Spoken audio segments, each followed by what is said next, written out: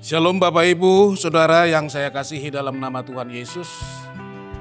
Apa kabar Bapak Ibu? Harapan dan doa saya, kita semua dalam keadaan sehat, semuanya dalam keadaan bersukacita dan bersyukur. Hari ini kita akan disapa oleh firman Tuhan dari kitab Mazmur 42 ayat 1 sampai dengan 6. Dan sebelumnya kita akan berdoa. Ya Tuhan Allah Bapa kami, Allah yang kami sembah dalam nama Tuhan Yesus.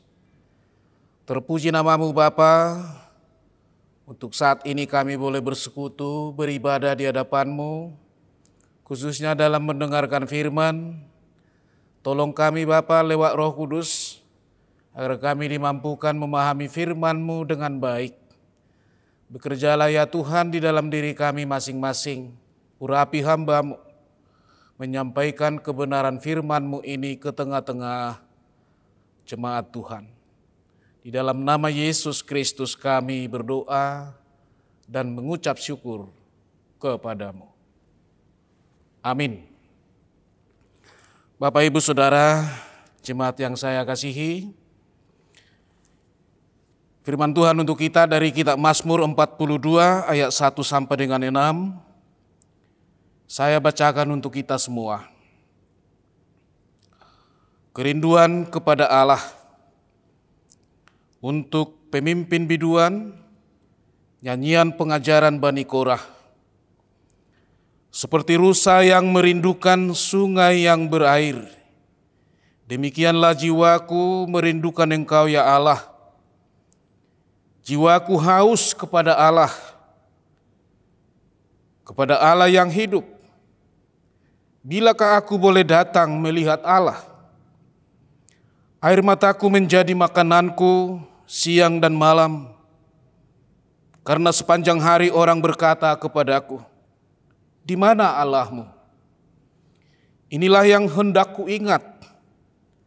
Sementara jiwaku gundah gulana, bagaimana aku berjalan maju dalam kepadatan manusia, mendahului mereka melangkah ke rumah Allah dengan suara sorak-sorai dan nyanyian syukur, dalam keramaian orang-orang yang mengadakan perayaan. Mengapa engkau tertekan, hai jiwaku, dan gelisah di dalam diriku? Berharaplah kepada Allah, sebab aku akan bersyukur lagi kepadanya, penolongku dan Allahku. Sampai di sana pembacaan firman Tuhan untuk kita. Bapak Ibu Saudara yang saya kasihi, firman Tuhan mengajak kita semua untuk melihat keadaan kita, situasi kita seperti yang terjadi pada saat ini. Bagaimana pemazmur yang dalam hal ini para ahli katakan adalah Daud mengalami satu pergumulan hebat, pergumulan yang luar biasa, yang menurut perhitungannya dia tidak akan mampu keluar dari persoalan itu jika bukan Tuhan yang datang menolong, memberikan kekuatan, kemampuan kepadanya. Nah Bapak Ibu, pergumulan seperti apa yang dialami pemazmur ini? Menurut keterangan yang kita peroleh, bahwa pemazmur berada dalam satu situasi sulit karena dikejar-kejar oleh musuh. Dia lari bersembunyi karena tidak ada orang yang bisa menolong dia. Dalam situasi itu nyawanya terancam. Tetapi sampai sejauh itu dia merasa tidak ada pertolongan. Dia merasa Tuhan meninggalkan dia. maka dia senantiasa merindukan, mengharapkan kehadiran Tuhan untuk dia bisa keluar dari persoalan pergumulan itu. Dia menggambarkan dirinya seperti rusa yang merindukan air. Tentu Bapak Ibu Saudara, pemakaian rusa di sini ada maksud yang jelas di sana. Karena kita tahu bersama, rusa itu adalah satu hewan yang siap berhadapan dengan apapun. Rusa itu adalah satu hewan yang mau mengambil segala resiko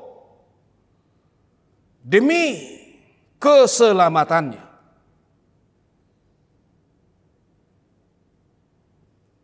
Air adalah satu hal yang sangat dibutuhkan rusa. Apalagi ketika dia haus, dia akan mengeluarkan satu aroma yang khas, yang kuat, tajam, sehingga pemangsa dengan mudah melacaknya. Maka ketika dia haus, dia akan berlari secepatnya mencapai sebuah sungai berair, dan dia masuk ke sungai itu sehingga baunya, aromanya tidak tercium dan tidak terlacak oleh para pemangsa. Maka rusa itu Bapak Ibu Saudara selalu berusaha tidak jauh di mana air tersedia. Dan faktanya rusa itu tahu kalau sungai itu adalah satu-satunya jalan keselamatan bagi dia. Nah Bapak Ibu yang saya kasihi, begitulah pemazmur seperti rusa itu merindukan kehadiran Tuhan dalam hidupnya. Karena dia sekarang mengalami satu kesesakan yang luar biasa, satu tekanan yang luar biasa. Dia tidak mampu keluar dari persoalan itu jika bukan Tuhan yang menolongnya. Maka tidak berlebihan jika pemazmur memakai gambaran rusa tadi. Bapak Ibu, kita boleh merasakan juga seperti apa pergumulan pemazmur ini. Jiwanya haus kepada Tuhan. Dan rasa haus ini mesti dijawab dengan kehadiran Tuhan. Dan itu menunjukkan bahwa di luar Tuhan tidak ada jalan keluar bagi pemazmur ini. Nah inilah yang dicoba dibawakan kepada kita dalam situasi seperti yang kita hadapi sekarang. Karena COVID ini juga adalah musuh. Bahkan musuh yang jauh luar biasa. Lebih kuat. Bahkan tidak terlihat. Kalau Daud misalnya memiliki musuh, musuhnya masih terlihat. Dan memang Bapak Ibu Saudara, lewat pergumulan Daud ini, pergumulan pemazmur ini, kita sekarang diedukasi bagaimana kita boleh berharap merindukan kasih, anugerah, dan keselamatan dari Tuhan. Dan kita harus meyakini Tuhanlah satu-satunya solusi jawaban bagi kita dalam situasi yang begitu menyesak kita saat ini. Tapi satu hal yang boleh kita banggakan dari pemazmur, dalam situasi yang begitu menekan, dalam situasi yang begitu menyesak, dia tidak pernah putus asa. Dia tidak pernah lari dari persoalan. Tetapi dia bangkit. Dia tidak sekedar meratapi keadaan. Semangatnya timbul kembali. Pengharapannya timbul kembali.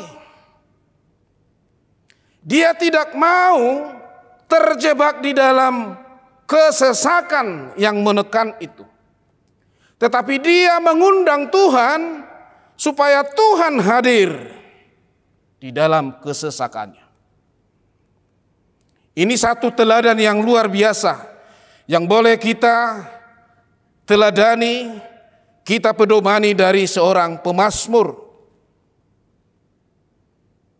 Dia tidak melihat perjalanan hidupnya dalam satu keadaan yang sempit. Tapi pemazmur di sini mencoba juga melihat perjalanannya dari dulu. Ternyata Tuhan itu sudah bekerja, sudah bertindak, sudah hadir di dalam hidupnya.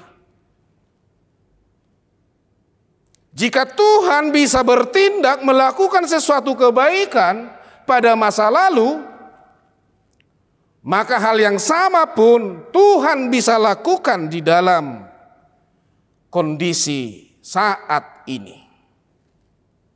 Ini yang membangun pengharapan seorang pemazmur. Dan hal ini juga boleh kita pedomani di dalam hidup kita. Saya percaya Bapak Ibu Saudara, Tuhan pun sudah bekerja di sepanjang hidup kita. Dan jika Tuhan mengizinkan pergumulan ini terjadi sekarang, maka di dalam keadaan ini sebenarnya Tuhan juga mau menyatakan kasih kuasa-Nya kepada kita. Jika Tuhan mengizinkan pemazmur atau Daud berada dalam situasi yang sangat mencekam dan menyesak, Tuhan mau melakukan sesuatu lewat pergumulan itu untuk kebaikannya. Dan kita percaya Bapak Ibu, bahwa di dalam kehidupan ini, terkadang Tuhan pun izinkan kita berhadapan dengan banyak tantangan, rintangan. Tetapi kita harus ingat, Tuhan tidak pernah merancang kecelakaan bagi kita. Tuhan selalu merancang kebaikan dan damai sejahtera bagi setiap orang yang datang bermohon kepadanya. Bahkan di dalam semua hal yang terjadi ini, Allah turut bekerja demi kebaikan kita. Inilah keyakinan pemazmur yang membawanya kepada satu situasi memiliki pengharapan baru. Dan inilah yang boleh kita pakai sebagai cerminan bagaimana kita harus menyikapi pergumulan kita, keadaan kita saat ini. Ternyata di balik semua ini ada rencana indah dari Tuhan. Tuhan itu adalah Tuhan yang Alfa dan Omega. Dialah awal, dialah akhir. Tuhan itu tidak berubah dari awal. Yang berubah itu kan kita manusia. Jika Allah itu tidak berubah, berarti dari awal Dia mengasihi kita. Dan sekarang juga Allah tetap mengasihi kita. Ini harus menjadi pegangan bagi kita. Supaya kita tidak putus asa. Supaya kita tidak jatuh di dalam pikiran yang membuat kita sendiri semakin melemah. Bahkan mau mengarah kepada keputusasaan. Kita tidak boleh meragukan kebaikan Tuhan. Dan ini yang dicoba digambarkan kepada kita. Bahkan pemazmur mencoba mengenang persekutuan mereka di baitnya yang kudus itu. Karena bait Allah ini adalah tempat di mana Tuhan hadir bertemu dengan seluruh umat. Kehadiran Allah berarti kehadiran keselamatan. Ketika keselamatan hadir berarti ada sukacita. Maka pemazmur tidak segan-segan mengatakan, aku tetap bermohon kepada Tuhan, aku tetap bersyukur kepada Tuhan. Dalam situasi kesesakan itu, dikatakan di sini oleh Daud, jiwaku gundah gulana. Itu tidak menghambat dia bersyukur, berterima kasih kepada Tuhan. Nah, Bapak Ibu yang saya kasihi di dalam nama Tuhan, berserah dan berharap kepada Tuhan itu satu hal yang boleh kita bangun, kita perkuat saat ini. Karena disitulah Tuhan melihat sejauh mana kita merindukan Dia. Dan Tuhan tahu, bahkan memahami apa yang sedang kita alami. Kita tidak boleh meragukan itu. Di saat kita ragu, Tuhan pun nanti seolah kita rasakan semakin jauh, semakin tidak peduli kepada kita. Nah, Bapak Ibu yang saya kasihi di dalam nama Tuhan, kita boleh bersyukur hari ini. Kenapa Bapak Ibu Saudara kita harus bersyukur? Kita lihat pemerintah kita telah melakukan sesuatu yang menurut saya itu luar biasa. Pemerintah berani mengucurkan dana yang begitu besar, ratusan triliun, sebagai upaya mencegah dan memutus penyebaran COVID-19 ini. Berarti bukan hanya kita yang bergumul. Seluruh bangsa ini bergumul. Seluruh dunia ini bergumul. Tetapi kenapa pemerintah kita berani melakukan itu? Karena satu pengharapan. Tuhan akan memulihkan bangsa ini. Tuhan akan memulihkan umatnya yang percaya ini. Dan puji Tuhan, kalaupun saat ini kita harus lebih banyak berada di rumah, bekerja dari rumah, belajar dari rumah, itu adalah bagian dari rencana Tuhan mau memulihkan dan menyelamatkan kita. Maka kita dalam situasi ini tidak boleh hanya meratapi keadaan, tapi mari kita bangkit. Kita sedang berperang melawan satu kekuatan besar. Dan kita percaya kita mampu mengalahkan kekuatan besar ini bersama Tuhan. Dan Tuhan akan memulihkan kita seperti bagaimana kita sebelumnya. Ini Bapak Ibu yang harus kita bangun di dalam diri kita. Jangan pernah ragu-ragu berharap kepada Tuhan. Saya tahu Bapak Ibu Saudara bahwa di antara warga gereja itu saat ini sedang merindukan bagaimana dia beribadah kembali di gereja. Dan memang kita akui selama beberapa minggu ini kita ada beribadah di rumah. Bahkan saya juga mengerti dan memahami jika dalam 1 bulan ini kita seolah terkurung di rumah kita. Tetapi ingat Bapak Ibu Saudara, beribadah di rumah tidak berkurang nilainya dengan beribadah di gereja. Tuhan pun hadir di rumah kita. Dan secara teologis itu bisa dipertanggungjawabkan. Karena Tuhan Yesus berkata, di mana 2-3 berkumpul dalam namaku, di situ aku ada. Maka Tuhan pun hadir di rumah kita. Nah, Bapak Ibu Saudara, ini satu kesepakatan bersama yang boleh kita lakukan. Bersyukurlah jika kita masih diizinkan beribadah di rumah kita. Dan memang itulah jalan terbaik saat ini yang boleh kita lakukan. Kita tidak perlu menyalahkan siapa-siapa. Karena pergumulan ini, persoalan ini, bukan hanya persoalan kita, tapi persoalan seluruh umat manusia. Dan ketika ini terjadi, Bapak Ibu, saya sendiri pun semakin menjaga kesehatan saya sekarang. Saya sendiri pun semakin banyak bertemu, berbicara, berkomunikasi dengan istri anak-anak saya. Bahkan saya pun semakin tahu sekarang siapa sebenarnya anak saya ini. Itu semua terjadi karena situasi yang sedang. Berarti Bapak Ibu Saudara, ada nilai-nilai positif yang boleh kita pedomani lewat semua peristiwa ini.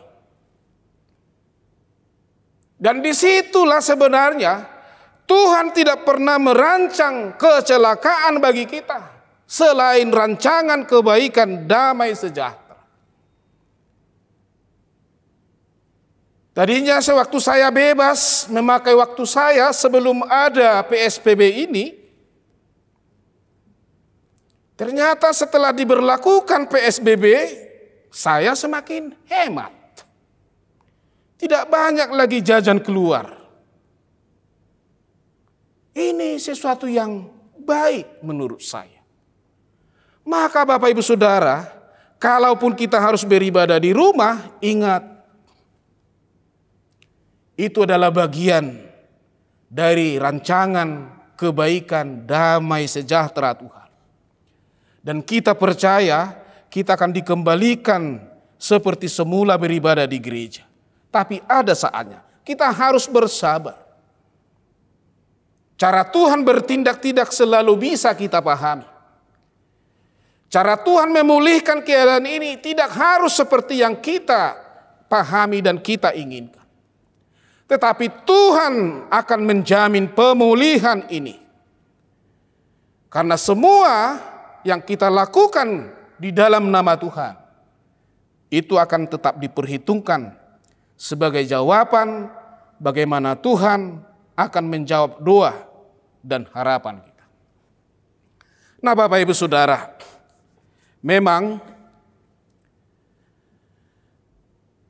bertemu, bersekutu dengan teman-teman itu memang sangat kita perlukan. Bertemu dengan sesama kelompok KOR memang sangat kita rindukan. Bertemu dengan para penatua, pendeta, majelis juga sangat kita perlukan. Tetapi mari kita bersabar, ada saatnya untuk itu. Nanti Tuhan akan pertemukan kita di situ. Yang pasti jangan sampai kita kehilangan pengharapan kepada Tuhan. Jangan sampai kita kehilangan semangat di hadapan Tuhan dan di hadapan sesama kita. Kita terus berdoa, mengharapkan kehadiran Tuhan di dalam hidup kita. Karena di dalam semua ini ada maksud baik dari Tuhan untuk kita. Mari kita percayai itu. Kita perteguh iman, mari kita semangat. Jangan pernah kalah, tetapi mari kita kalahkan pergumulan ini bersama Tuhan. Mari kita seperti rusa yang merindukan air. Mari kita seperti bayi yang merindukan air kehidupan dari ibunya. Tuhan memberkati kita, Tuhan memberkati firman-Nya untuk kita. Mari kita berdoa. Terima kasih ya Allah Bapa untuk firman-Mu. Biarlah firman-Mu meneguhkan kami, meneguhkan iman percaya kami, sehingga kami terus melangkah dalam keadaan pergumulan seperti yang terjadi saat ini. Kami percaya bahwa Engkau senantiasa akan datang memberi pertolongan solusi kepada kami. Kami berdoa bagi bangsa dan negara kami ya Tuhan, pemerintah kami, lindungi mereka. Kami berdoa secara khusus juga kepada para Bapak Ibu Saudara kami, para dokter, medis yang bekerja sungguh-sungguh menjaga dan menyelamatkan kesehatan kami. Tolong mereka ya Bapa, berikan mereka ketabahan dan kekuatan. Demikian juga seluruh jemaat dimanapun mereka berada. Secara khusus jemaat-Mu GKPI Menteng, GKPI Green Garden Anugerah, GKPI Pondok Ranggon. Tuhan jagai kami semua, bahkan seluruh warga gereja-Mu GKPI yang ada di Indonesia ini. Seluruh gereja-gereja Tuhan, seluruh bangsa dan rakyat Indonesia. Tuhan boleh bekerja hadir di sana memberi pertolongan. Bahkan seluruh umat manusia, karena pergumulan kami sama, tolong kami ya Tuhan. Firman-Mu boleh meneguhkan kami untuk terus berjalan, dan dengan bersabar kami akan menantikan jawaban Tuhan, bahwa pada akhirnya Tuhan akan memberi pemulihan, Tuhan akan memberi keselamatan kepada kami. Terpujilah nama-Mu Bapa. Dengarlah doa kami.